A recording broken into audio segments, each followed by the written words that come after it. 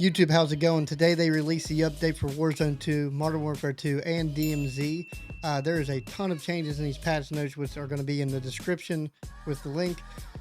For this video, we're talking just about the weapons and what all has changed with the weapons. There's a new gun and just everything they have nerfed, buffed, changed with the guns. There's attachment nerfs. Let's just jump right into this. All right, let's start this weapons update with our first and biggest thing, the new weapon, the Tempest Turret. It's a marksman rifle. There's two ways currently to unlock this gun, getting it in a DMZ mission or 25 double kills with any marksman rifle.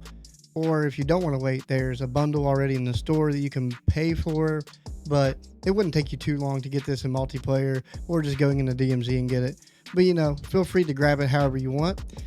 Next we have an assault rifle. The only assault rifle really getting anything done is the STB. It added minimum damage against armor, meaning it limits the bullets to kill it at further range, which might make it a little bit better. Some of these nerfs coming up were obviously nerfs that we were expecting and kind of glad that we're getting, like the RAL. The RAL seems like it's going to be nerfed into the ground now. It's reduced far range damage, small increase to close range damage, which that's not going to help it too much considering the fall off of the damage and the reduced headshot damage and the reduced upper torso damage. So the small increase to the close range isn't really going to help it, and it'll increase and we increase the recoil on it. The RPK got reduced walking speed and reduced muzzle velocity.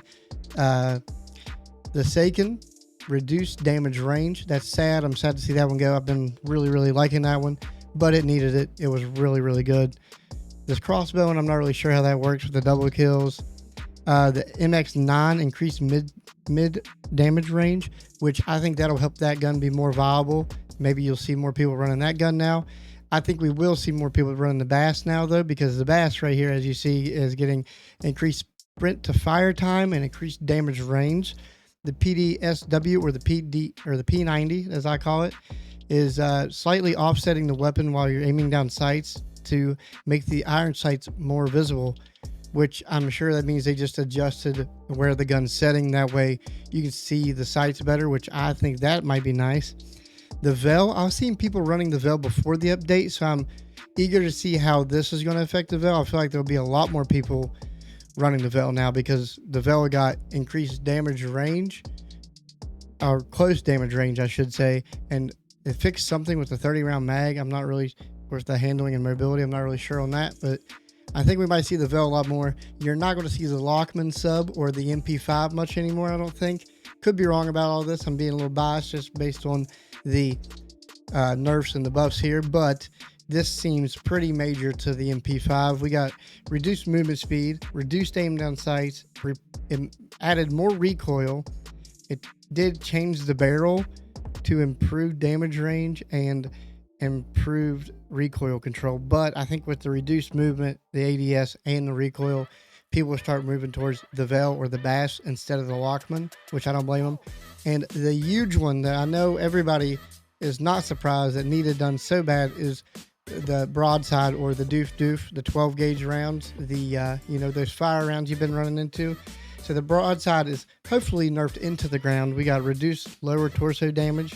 The 12 gauge ammo also got reduced ranges, reduced close range damage. The Dragon's Breath got reduced damage range, reduced close range damage, and the reduction to the 12 gauge, and reduction to the Dragon's Breath maximum residual damage.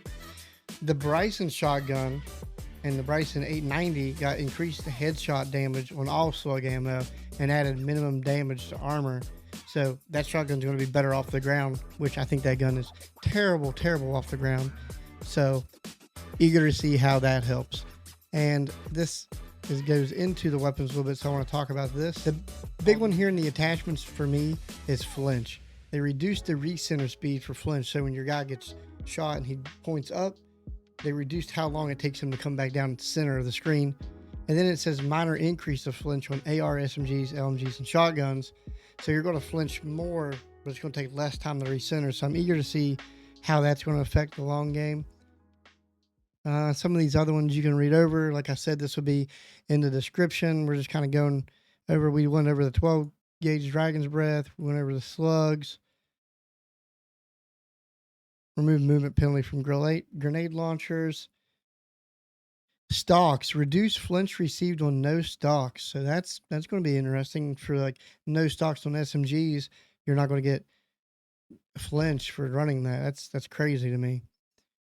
And this is interesting. I don't think a lot of people is pointing out equipment. Frag grenades, claymores, and simtexes are going to do more damage against armor. So that's going to be interesting to see how that works. It says it fixed some audio stuff with the sand and all that. I'm hoping that helps. And if there's anything else you're interested in, there is a ton of stuff in this uh, patch notes that, like I said like 2 or 3 times. It'll be in the link. But thank you for checking this video out. I feel like I'm dragging out at this point, so I'm just going to cut it here. But thank you for stopping by. I appreciate it. If you like this video, feel free to like and all that stuff so I know what kind of content I should be making or shouldn't be making. I appreciate it. Peace.